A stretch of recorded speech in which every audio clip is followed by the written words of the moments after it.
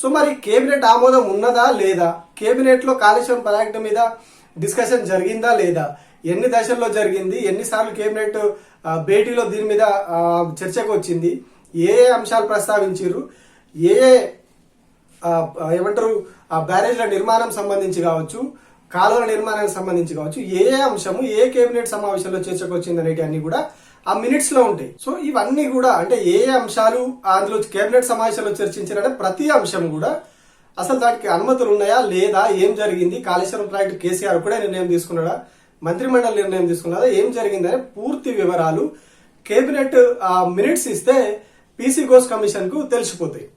So ఒకవేళ అదే జరిగితే అప్పుడు అంతా సక్రమంగానే జరిగింది, అన్ని కూడా కేబినెట్ ఆమోదంతోనే జరిగినాయి, కేబినెట్ నిర్ణయం తీసుకున్నది అన్ని కూడా సక్రమంగానే ఉన్నాయి, ఎక్కడ కూడా అక్రమాలు జరగలేదు అనే విషయం పీసీ ఘోష్ కమిషన్ కు తెలిసిపోతుంది.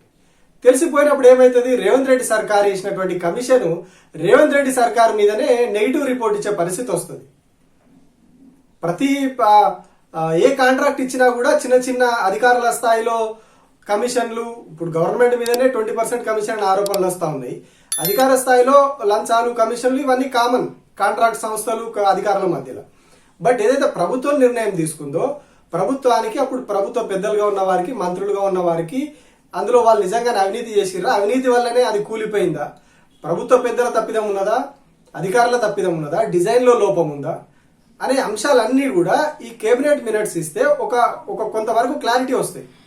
ఎల్ఎన్టీ సంస్థ ఇప్పటి వరకు క్లారిటీగా చెప్తా ఉన్నది, ఎట్లాంటి అందులో డిజైన్ లోపం లేదు, నిర్మాణ లోపం లేదు, క్వాలిటీ విషయంలో అసలే తప్పిదం లేదు అని చెప్పి ఎల్ఎన్టీ సంస్థ కూడా క్లారిటీ ఇచ్చింది. అందరూ కూడా కేబినెట్ లో నిర్ణయం తీసుకున్న తర్వాతనే కాళేశ్వరం ప్రాజెక్టు నిర్మాణం జరిగింది, ప్రతి దశలో అన్ని జరిగినాయని చెప్పి చెప్తా ఉన్నారు.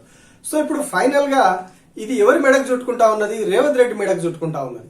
ఆయన ఏదో చేద్దాం, గత ప్రభుత్వాన్ని ఇరుకున పెడదాం, కేసీఆర్ ను జైలుకు పంపిద్దాం అనే ఆలోచన ఉన్నది కావచ్చు. కానీ ఇక్కడ ప్రతి దశలో వీళ్ళు చేస్తున్నటువంటి పనులు కావచ్చు, బయటకు వస్తున్న నిజాలు కావచ్చు, ఎల్ఎన్టీ చెప్తున్నాయి కావచ్చు, బీజేపీలో ఉన్నటువంటి ఈటెల రాజేందర్ చెప్పినటువంటి విషయాలు కావచ్చు, ఇవన్నీ కూడా ప్రాజెక్టు సక్రమమే జరిగింది, ఎక్కడ కూడా అక్రమాలు జరగలేదు, పర్ఫెక్ట్ గా నిర్మాణం జరిగింది, ఆ ప్రాజెక్ట్ అవసరం కూడా ఉన్నదని చెప్పి అందరు చెప్తా ఉన్నారు.